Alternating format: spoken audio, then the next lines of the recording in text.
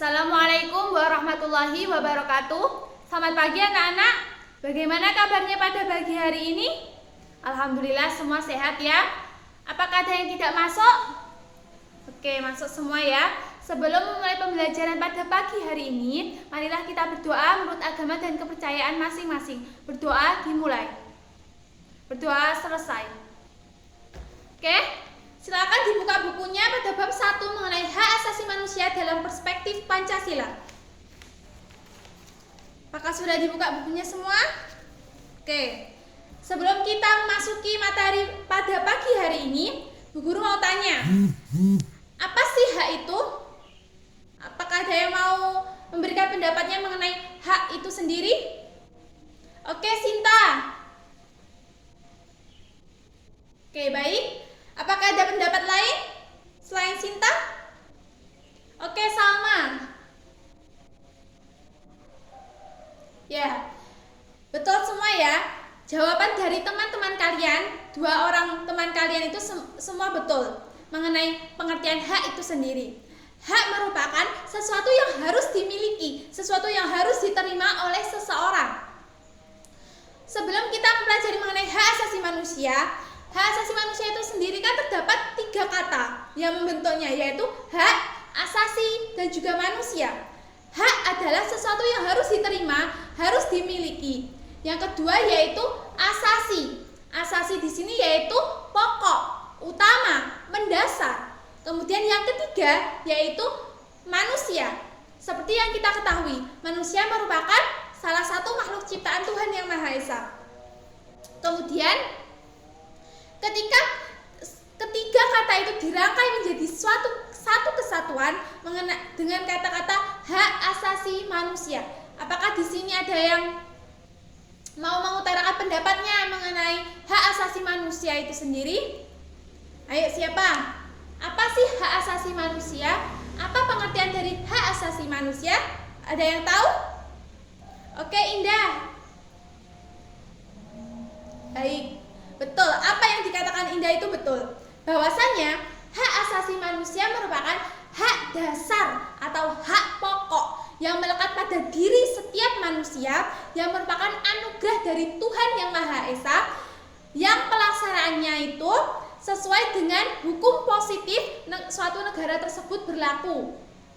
Jadi, hak asasi manusia antara satu negara dengan negara lain itu jelas berbeda, karena sesuai dengan hukum positif suatu negara tersebut berbeda, sehingga Indonesia dengan Amerika, Indonesia dengan Inggris, Indonesia dengan Belanda itu memiliki penegakan hukum terkait hak asasi manusia yang berbeda. Di sini siapa yang tahu apa sih pengertian hak asasi manusia menurut Undang-Undang Nomor 39 Tahun 1999? Ayo, siapa yang tahu? Oke, Gunawan. Apa pengertian hak asasi manusia menurut Undang-Undang Nomor 39 Tahun 1999?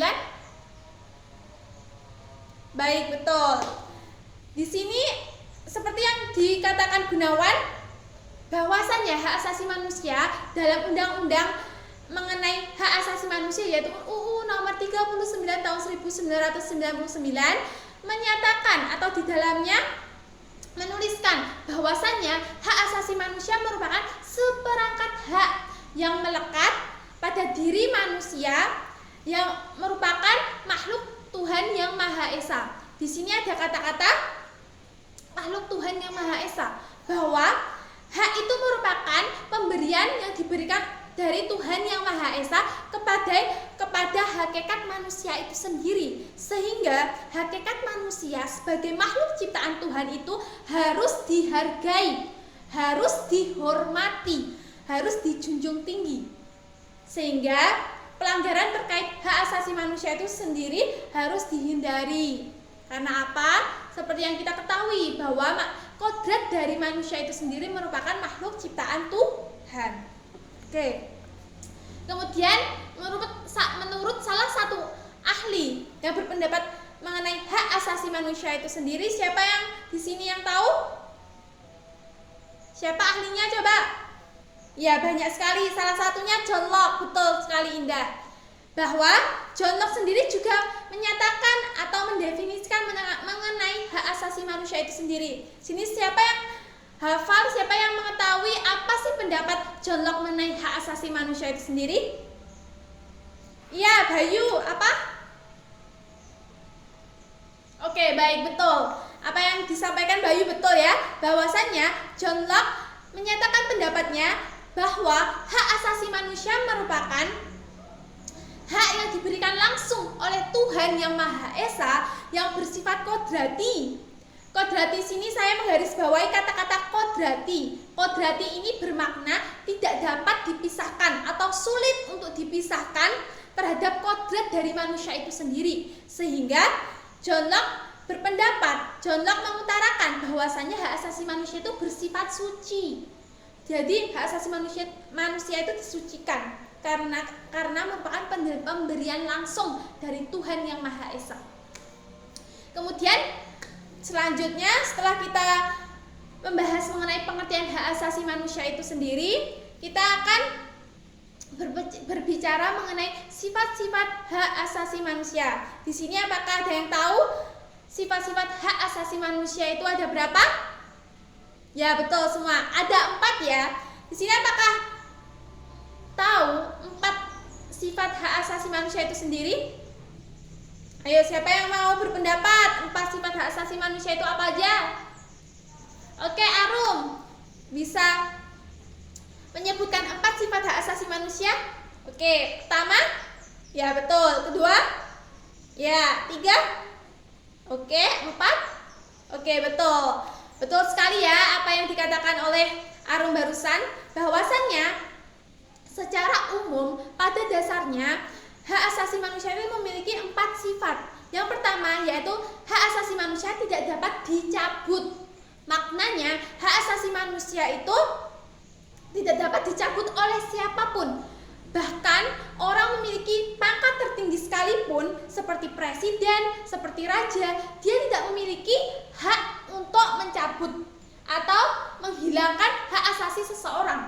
Kemudian yang kedua yaitu hak asasi bersifat tidak dapat dibagi. Bahwasannya hak asasi manusia satu orang dengan orang lainnya itu tidak dapat dibagi-bagi karena hak asasi manusia itu utuh, tetap, sehingga tidak dapat dibagi-bagi.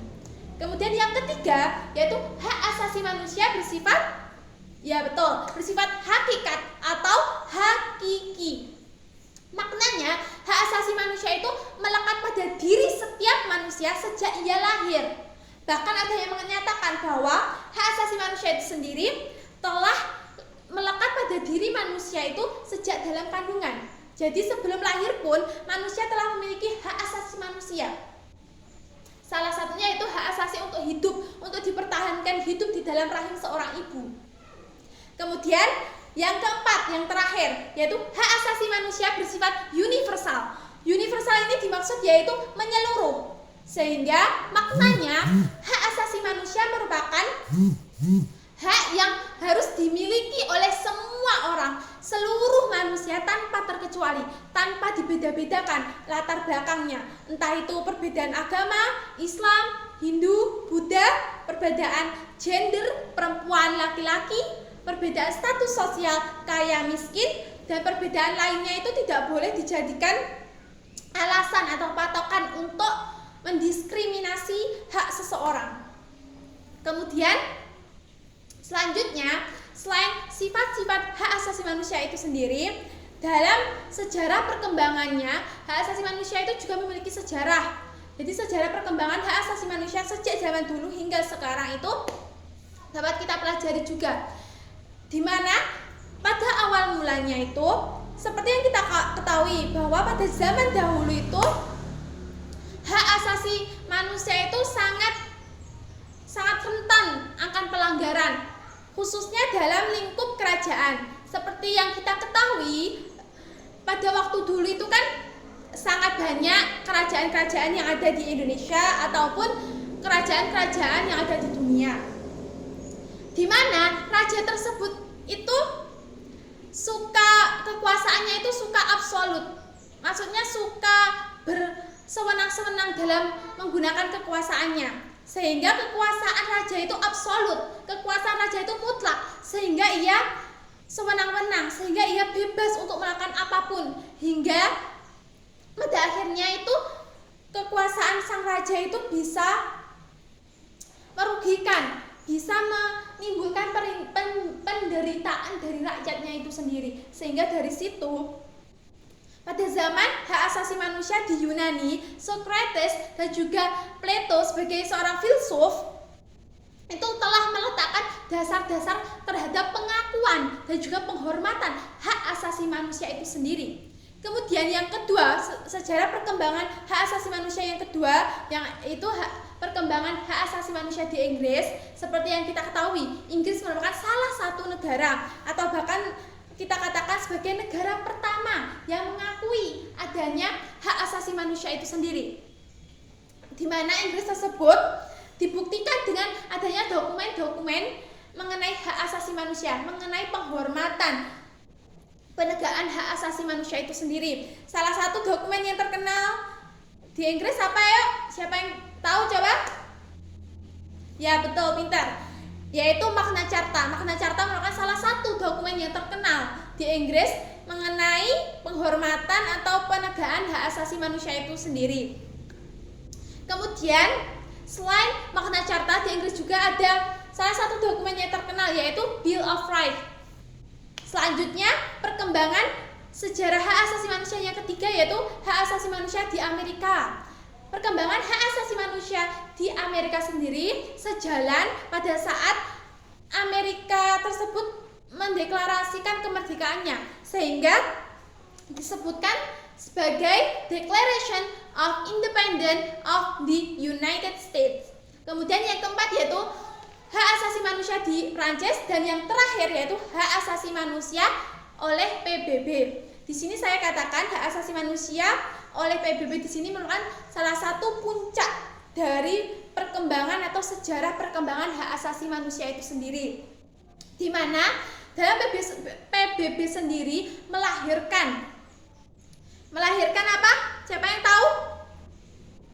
Ya betul, pintar. Melahirkan sebuah pernyataan sedunia tentang hak asasi manusia atau biasa disebut dengan Declaration of Declaration of Human Rights. Declaration of Human Rights. Jadi pernyataan sedunia tentang hak asasi manusia. Sehingga pada tanggal 10 Desember itu dijadikan sebagai apa? Siapa yang tahu tanggal 10 Desember itu sebagai hari apa? Ya betul. Tanggal 10 Desember itu dijadikan sebagai hari hak asasi manusia itu sendiri. Kemudian di sini kita akan lanjut mengenai macam-macam hak asasi manusia. Sebelum lanjut, apakah ada yang ditanyakan? Oke, belum ya. Selanjutnya mengenai macam-macam hak asasi manusia. Di sini siapa yang tahu macam-macam hak asasi manusia itu dibedakan menjadi berapa? Digolongkan menjadikan berapa? Ya betul, semua dijadikan 6 ya. Ada 6 macam hak asasi manusia. Siapa di sini yang mau menyebutkan 6 hak asasi manusia itu tersendiri? Oke, Salma. Apa macam-macam hak asasi manusia? Yang pertama, oke. Kedua, pintar. Ketiga, ya. Oke, betul. Bahwasannya hak asasi manusia itu memiliki berbagai macam yang mana dibagi menjadi 6. Yang pertama yaitu hak asasi privasi atau pribadi. Hak asasi pribadi di sini yaitu hak yang berhubungan dengan pribadi seseorang atau pribadi manusia, sehingga bersifatnya privat, perorangan. Contoh konkret dari hak asasi pribadi sendiri adalah, siapa yang mau mencontohkan contoh konkret dari hak asasi pribadi sendiri? Oke, Wahyu, apa? Oke, betul, hak hidup. Hak hidup merupakan salah satu contoh konkret dari hak asasi pribadi sendiri. Sehingga terkadang pembunuhan yang terjadi di dunia ini sangat bertentangan dengan hak hidup seseorang. Kemudian yang kedua, contoh yang kedua, siapa yang mau memberikan pendapatnya? Oke, Salma lagi, apa? Baik, betul. Hak untuk berpendapat, berserikat, itu merupakan salah satu hak asasi pribadi. Yang terakhir ada lagi, yaitu hak asasi dalam beragama, dalam memeluk agama, kebebasan dalam memeluk agama dan kepercayaannya masing-masing. Di sini apakah ada yang tahu Undang-Undang Dasar pada pasal berapa kebebasan beragama tersebut diakui oleh negara Indonesia? Ya betul, pintar. Pada pasal 29 ayat 2. Kemudian yang kedua yaitu hak asasi politik. Hak asasi politik sendiri yaitu hak yang berhubungan dengan kegiatan atau sesuatu yang berhubungan dengan politik. Contoh konkretnya sendiri yaitu hak untuk memilih dan dipilih. Jadi anak-anak apabila besok ingin mencalonkan menjadi seorang wakil rakyat seperti DPR, DPD maupun ingin menjadi seorang presiden atau wakil presiden itu boleh asal memenuhi syarat-syarat dan ketentuan. Di mana keinginan kamu atau ketika kalian ingin mencalonkan sebagai wakil rakyat itu merupakan salah satu hak untuk dipilih. Adapun untuk memilihnya sendiri, apabila kalian sudah berumur 17 tahun, terdapat pemilu maupun pilkada maupun yang lainnya itu kalian berhak untuk memilih pejabat-pejabat negara maupun pemerintahan serta wakil-wakil rakyat kalian. Kemudian yang kedua, contoh konkret dari hak politik sendiri, apakah ada yang tahu apa? Oke, pintar. Hak untuk mendirikan partai politik. Jadi hak untuk mendirikan partai politik itu tidak hanya untuk orang kaya, tidak hanya untuk pejabat yang memiliki kekuasaan tertinggi, tetapi semua itu memiliki hak untuk mendirikan partai politiknya masing-masing. Tetapi harus sesuai dengan syarat-syarat, harus memenuhi syarat-syarat yang sudah ditentukan ya. Kemudian yang ketiga yaitu hak asasi hukum. Hak asasi hukum yaitu hak yang untuk diperlakukan sama di dalam hukum dan pemerintahan, atau hak yang berhubungan dengan segala kegiatan dalam ruang lingkup hukum maupun pemerintahan. Contohnya yaitu hak untuk mendapatkan perlakuan yang sama di depan hukum dan pemerintahan. Jadi sesuai dengan pasal 27 ayat 1 bahwasannya semua warga negara itu memiliki hak yang sama, harus memiliki kedudukan yang sama ketika berada di depan hukum maupun pemerintahan. Jadi orang yang memiliki kekuasaan tertinggi maupun orang yang tidak memiliki kekuasaan sekalipun harus memiliki hak yang sama, kedudukan yang sama, tidak boleh didiskriminasi, tidak boleh dibeda-bedakan antara satu dengan yang lainnya. Di sini paham? Oke, dilanjut. Kemudian yang keempat yaitu hak asasi ekonomi. Hak asasi ekonomi sendiri yaitu hak yang berhubungan dengan kegiatan ekonomi, baik itu produksi, distribusi maupun konsumsi. Contoh konkret dari hak asasi ekonomi sendiri yaitu hak untuk melakukan jual beli, hak untuk melakukan sewa menyewa. Yang terakhir, apakah ada yang tahu hak asasi ekonomi sendiri apa? Ya betul, hak untuk memiliki sesuatu. Jadi seseorang itu berhak untuk memiliki sesuatu. Contohnya, Anggita ingin memiliki sepatu roda. Dia berhak untuk memiliki sepatu roda tersebut. Dia berhak untuk memiliki sepatu roda tersebut. Kemudian yang kelima yaitu hak asasi peradilan. Hak asasi peradilan sendiri yaitu hak yang diperlukan untuk mendapatkan perlakuan yang sama pada saat tata cara pengadilan. Jadi ketika di pengadilan sendiri, seseorang itu harus diberikan hak yang sama pada saat proses penyelidikan, pada saat proses penangkapan, pada saat proses memberikan hukuman, memberikan jatuhan hukuman oleh hakim itu harus sama, harus objektif. Maksud sama ini enggak harus menyamakan antara orang mencuri dengan korupsi hukumannya sama ya. Maksudnya sama di sini yaitu kedudukannya, caranya harus objektif. Kalau orang memiliki kesalahan yang besar, dia harus mendapatkan hukuman yang besar pula. Berbeda dengan orang yang memiliki kesalahan yang sedikit atau yang ringan atau yang kecil, dia harus memiliki atau mendapatkan hukuman yang sedikit pula. Jadi harus sesuai dengan besar kecilnya atau berat ringannya suatu kejahatan tersebut. Kemudian yang keenam yaitu hak asasi sosial budaya. Di sini hak asasi sosial budaya yaitu hak yang berhubungan dengan kehidupan bermasyarakat. Di sini apakah ada yang tahu contoh konkret dari hak asasi sosial budaya sendiri? Ayo, siapa yang tahu? Ya, Gunawan, apa? Baik, hak untuk memperoleh pendidikan dan pengajaran. Jadi kayak kalian seperti ini, kalian itu kan sekolah, bisa sekolah di sini, bisa mendapatkan penjelasan dari bu guru. Itu merupakan salah satu hak asasi sosial budaya. Selanjutnya ada yang tahu apa contoh konkretnya? Ya, sama lagi, apa? Ya, betul. Hak untuk mengembangkan bakat dan juga minatnya sesuai dengan kebudayaan yang dimilikinya. Contohnya saya tambahkan ya, seperti ketika Salma ingin pentas di forum nasional, yaitu pinter menari jaipong, sehingga dia bisa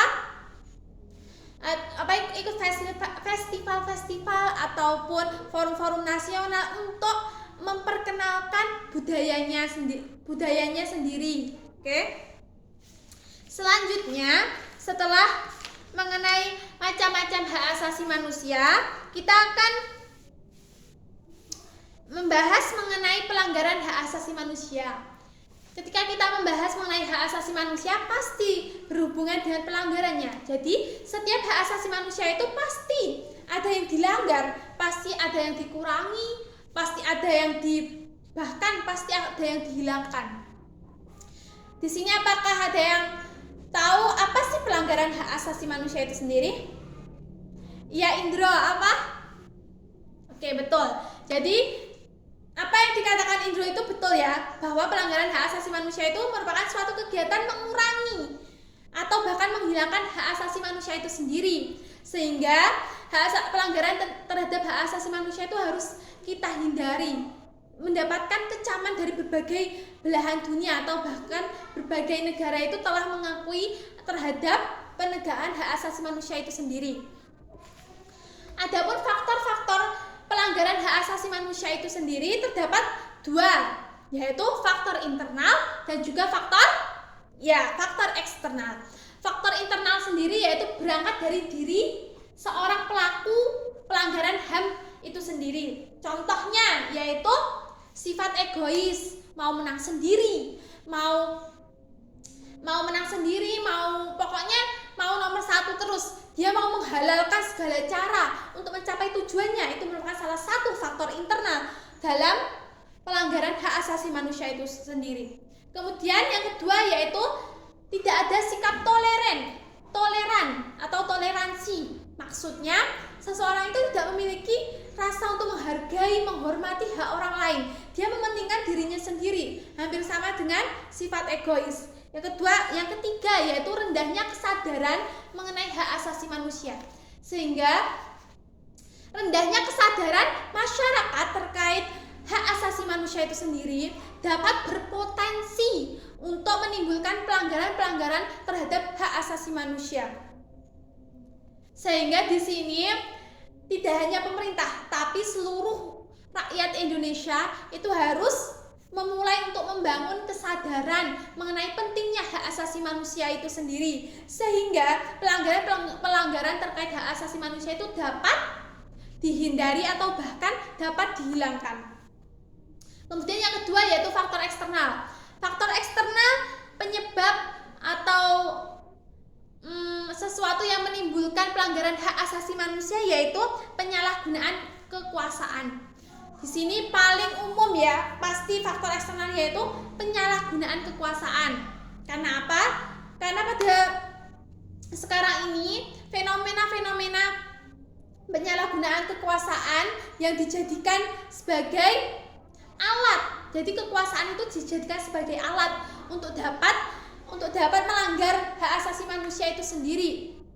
Sehingga kekuasaan yang diberikan pada seseorang itu harus hati-hati, harus tahu orangnya itu profesionalitas, akuntabilitas, semua harus diketahui seluk-beluknya ya.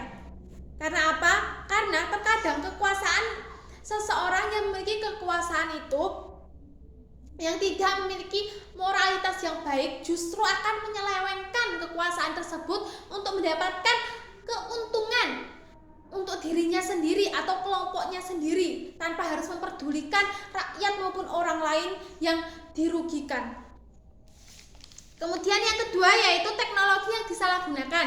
Yang ketiga yaitu ketidaktegasan aparat hukum. Di sini yaitu adanya ketidakketegasan atau tidak tegasnya aparat hukum yang ada di Indonesia, di mana pada saat ini kita ketahui bahwa hukum yang ada di Indonesia itu runcing ke bawah dan tumpul ke atas, di mana seseorang yang memiliki kekuasaan yang tinggi, seseorang yang memiliki kekuasaan yang besar, seseorang yang memiliki material, seseorang yang memiliki kekayaan yang banyak, itu mampu membeli hukum. Contohnya yaitu apa? Ya betul, contohnya yaitu koruptor. Koruptor sendiri yaitu dia bisa membeli apapun yang ia mau. Contohnya yaitu hukuman sendiri. Berbeda dengan seseorang yang tidak memiliki kekuasaan, ia harus rela untuk menanggung kerugian, menanggung sesuatu yang tidak ia inginkan. Selanjutnya bentuk-bentuk pelanggaran HAM. Pelanggaran HAM sendiri bentuknya dibagi menjadi dua. Di sini apa yang tahu? Ya betul, yaitu pelanggaran HAM ringan dan juga pelanggaran HAM berat. Perbedaannya yaitu mengenai jiwa, keselamatan jiwa. Jadi kalau pelanggaran HAM berat itu biasanya pelanggaran yang dapat menghilangkan jiwa seseorang. Adapun untuk pelanggaran HAM ringan yaitu pelanggaran hak yang tidak sampai menghilangkan jiwa seseorang, tetapi apabila pelanggaran tersebut tidak segera ditangani, dapat berpotensi untuk ke pelanggaran HAM berat itu sendiri. Guys, untuk tugasnya pada minggu depan bisa mintanya setiap anak atau 2 anak? Oke, setiap 2 anak, jadi satu kelompok itu 2 anak, itu harus mencari mengenai contoh dari pelanggaran hak asasi manusia di Indonesia.